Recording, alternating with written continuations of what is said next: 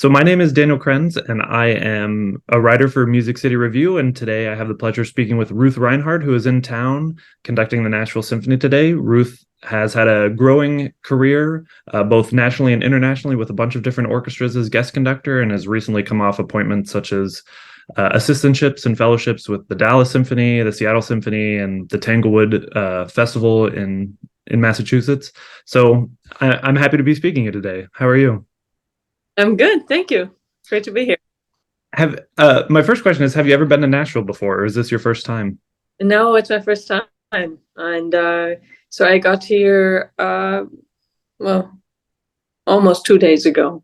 So I spent one day here, but that was mostly spent in rehearsals. So I can't wait to spend a little bit more time exploring the city also. Yeah, I hope you get some time to do that. There's a lot around downtown for you to see. One of my first questions is how did you get into conducting at the very beginning? Was there a moment that you had, or were you just interested in conducting? Well, I would say it was an accident, because I never thought of wanting to be a conductor at all. I just loved music. I played a lot of chamber music. I played in youth orchestra. I composed. I always studied scores. So I was just fascinated by music. And then somehow the conductor of my youth orchestra just at some point just asked if one of us wanted to conduct. And I somehow raised my hand, just thinking, who knows when it will come in handy. But then I did conduct the next day, and then immediately I realized that that's what unconsciously I'd been searching for. So that was what combined all those different aspects of the different ways that I was making music, chamber music or composing and everything, and kind of tied it all together. And yeah, from that moment on, I knew, okay, I have to do this. Yeah, okay, that's a great story. Have you found that being a composer has helped your score study a little bit? I know that that's the case for me, at least trying to think like a composer helps. Yeah, I think so in some ways. Yeah. Yeah, because you always kind of have to do it backwards, kind of, trying to figure out what was the underlying idea or how it is constructed. And I think it helps getting to do it both ways. Could you tell me a little bit about the program? I'm really interested in this program. I think it's a fantastic selection of different pieces throughout all epochs of music. So can you tell me about how you formulated this program a little bit? Well, I don't actually exactly knew anymore where we started. Maybe we started with the Brahms, and then we built the other things around it. I always like programs that have contrast in it. But the Grażyna Bacewicz Partita for orchestra, which is the first piece that we play, she was a really fantastic composer. She was born in 1909, and was a really, really well-respected violinist in Poland, and also a very respected composer in Poland. But then somehow, I think when she died in the late 60s, 1960s, her music kind of just started to disappear a little bit. And now it's, people like me are taking it out again. And there's a lot of other conductors that are really exploring her music again. And it's really fantastic. It's 4 short movements that have such distinct characters. Like the first one is kind of brooding and dark, there's kind of a little bit of an Eastern kind of soulful darkness. And then the second and the fourth movement are just so full of fun and wit, and sometimes that goes slightly over the top. It's kind of it's just great music. And the third movement is really slow and just very free, melancholic, a little, yeah. So it's just great music. And then we do 2 short piano concerti, one by Bach, which is originally a cembalo concerto. I think most people will have heard it somewhere already, I think. And then a piece by Jessie Montgomery, and it's a really great piece. It has a lot of repetitive motions and beautiful middle part of the piece, which is calmer and more more dreamy, and then it returns to the repetitiveness. Yeah, and then of course Brahms 1 is just one of those big masterworks. Yeah, absolutely. About the two piano concerti in the middle, when you have a piece that was written in 2022 with the Montgomery, and then you have a piece that was written by Bach, and we're spanning several hundreds of years, do you as a conductor approach those scores in any different way? I mean, because they're both piano with string orchestra, but do you find any difference when you're studying and preparing those pieces? No, I don't find a difference. The only difference is that, with Jesse Montgomery's piece is that you can actually send her an email and ask, is this intentional that the same music here is slightly different than there? Did you mean that? Or, like when with Bach, that's a little more challenging these days. Yeah, absolutely. So that makes it a little easier. But other than that, no, I think it's the same always. Yeah. With the Montgomery, is it do you find it a unique challenge or different that you're actually playing it with the soloist who the piece was written for? Is that a new interesting score study process or anything? Well, I think it actually makes it more fun, because then I know that he spent so much time with her kind of talking about the piece, and I think he's done it 30 times by now or so.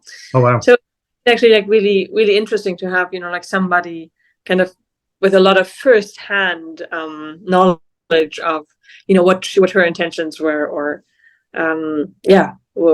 what they figured out in the course of those 30 performances. Effective. Yeah, I'm really excited to hear all these pieces. Like I said, I think it's a very good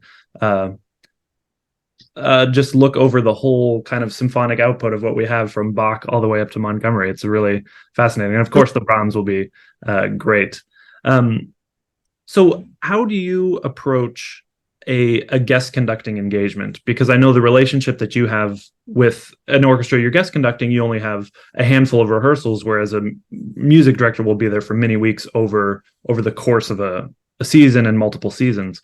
So how do you approach that rehearsal process, trying to leave your musical imprint on them without, you can't fundamentally change everything about the orchestra in 3 rehearsals? Well, I think you said it exactly.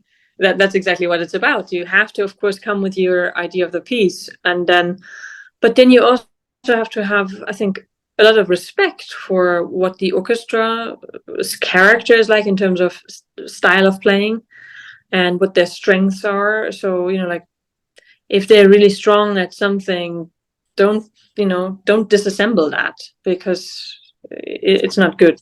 So, find a balance to, it's always both, it's the orchestra's Brahms and my Brahms, and we meet somewhere. And I think it's just like when you're a guest at, like somebody else's house, it's, like you don't go in and immediately start saying, oh, like I think the couch should go over there, and like, can we just move this around? And so you shouldn't, you can't rearrange the furniture.